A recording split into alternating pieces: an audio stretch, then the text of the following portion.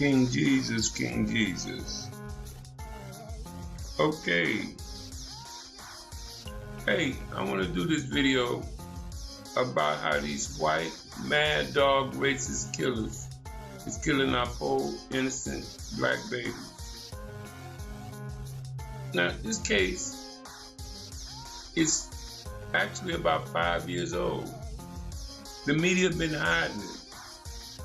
They don't want you to know that they're behind it, the Zionists who control the media and who training these police officers in Israel and these military tactics to kill black people like the Jews are killing the Palestinians in the Gaza.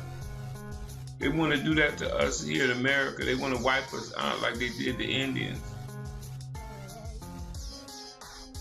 So this baby, this beautiful child, was 7 years old in 2010 when these white mad dog police killers, racist killers, killed her and filmed it for a nationally broadcast television program. Now, the officer who is actually charged with the shooting, although it was a bunch of them together who perpetrated this heinous crime against human beings. This officer, Joseph Weekly, was tried once already for the crime, and he was a hung jury, so he got to walk, and it's been free all this time. In other words, they won't hold him in jail for killing a 7-year-old black girl while he's awaiting trial. This is really crazy. Think about it. This man has received no punishment for killing a 7-year-old baby girl. Now, during this trial, the grandmother who was sleeping with the baby testified about what happened that night. And her testimony it seemed riveting to me, what she said.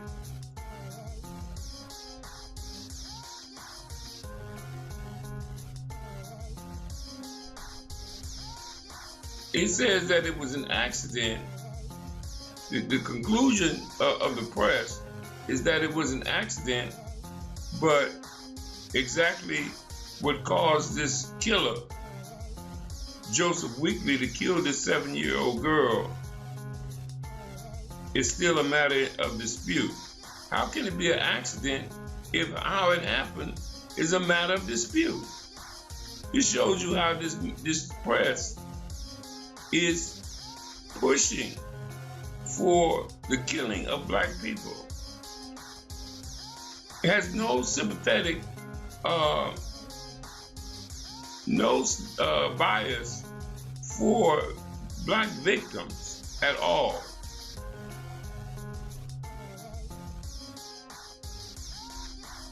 They said that the hung jury at the trial last year hinged on conflicting testimony.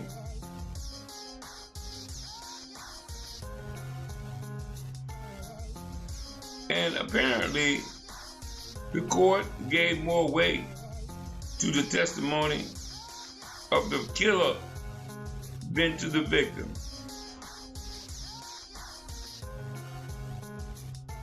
The grandmother who was sleeping with the child, Aiyana, told this story. She said she was asleep on the couch with the baby Aiyana, but that she was on the floor when Joseph Weekly shot his weapon, not close enough to touch the gun. The guy was just pointing right there, and Aiyana was hit. The grandmother Jones testified last year. She said she seen the light leave out of the eyes of her granddaughter, Aiyana. Since Jones had previously said that the shot came from outside the house, this is how they discredit her now. In other words, they said somewhere she said the shot came from outside the house. In 2013, at Weekly's first trial, his lawyer pointed to Jones's inconsistent accounts of the shooting and otherwise attacked her credibility. In other words, because she's a black woman, she has no credibility to say how this mad dog killer killed her granddaughter. Said Joseph Weekly was indicted in 2011 and charged with felony involuntary manslaughter. Why wasn't he charged with second-degree murder?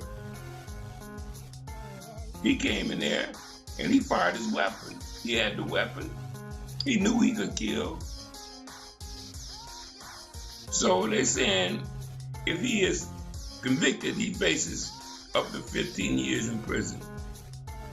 This is bullshit. He's been free since he murdered her 5 years ago. Now, this is what the officer said. It was a little after midnight when the Detroit Police Special Response Team unit, a SWAT team, entered the Stanley Jones residence in search of a murder suspect who supposedly lived upstairs. They don't say if they caught him there. He probably wasn't even there. Says Joseph Weekly was the first one who came through the door and saw what he thought was an empty room with a man standing in the far doorway, as he testified.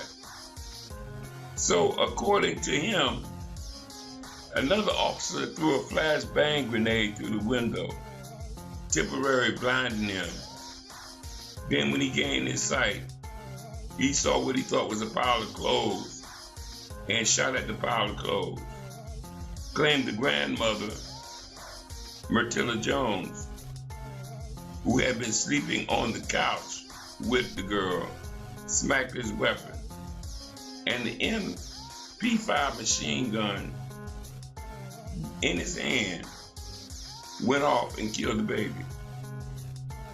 Now, if he's not qualified to have that weapon and have it be in his control, then he shouldn't have had it. If he can't control his weapon in all situations, he should not have the weapon. And he should not be breaking in people's houses and shooting it.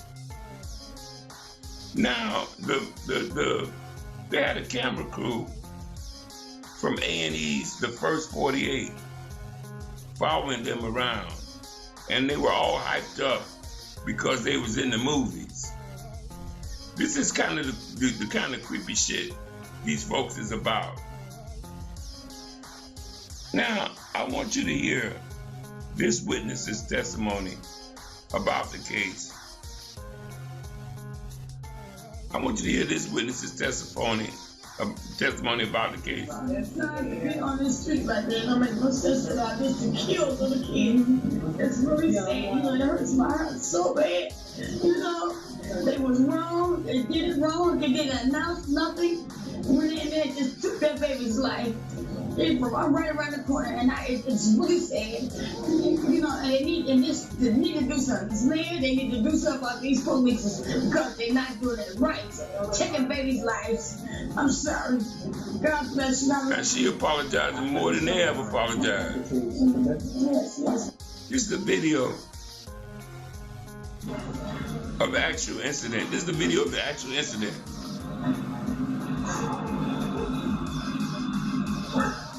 This is how they stalk our black people, the killers.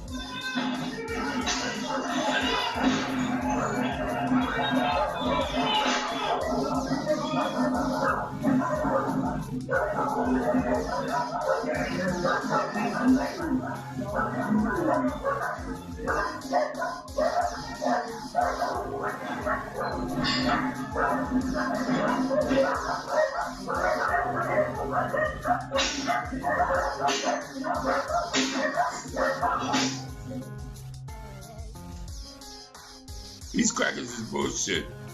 They need to leave us the fuck alone and find them something to do in their own